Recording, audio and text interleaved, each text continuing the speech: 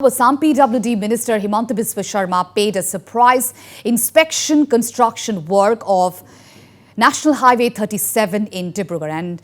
Sarma was accompanied by officials of the PWD Department and contractors. Sarma directed the officials and contractors to complete the construction work of 15-kilometer stretch of the highway and Lepetkata to Saulkhowa by October this year.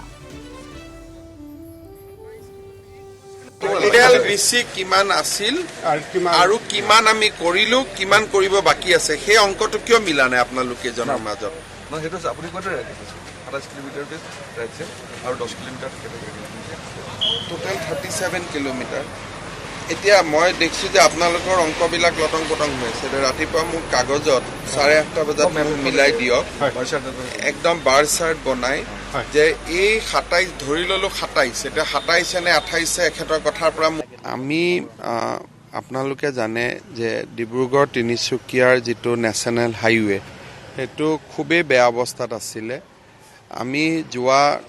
2-3 মাহৰ পৰা ইয়াত কাম কৰিছো কিন্তু অত্যাধিক বৰষুণৰ বাবে যি ধৰণে আমি কাম কৰিব লাগিছিল আমি কৰিব পৰা নাছিলো এতিয়া বৰষুণ শেষ হৈছে গতিকে মই ভাবো যে নৱেম্বৰ 30 তাৰিখৰ ভিতৰত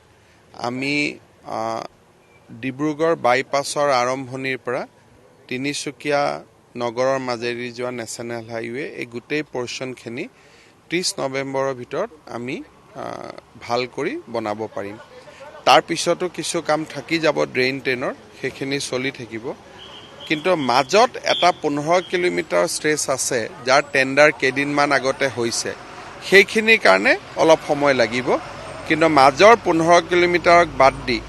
ডিব্ৰুগড় বাইপাছৰ আৰম্ভণিৰ পৰা তিনিচুকীয়া পৰ্যন্ত এই গোটেই নেশনাল হাইৱেটো 30 নৱেম্বৰৰ ভিতৰত ভাল হ'ব বুলি মই আশা কৰোঁ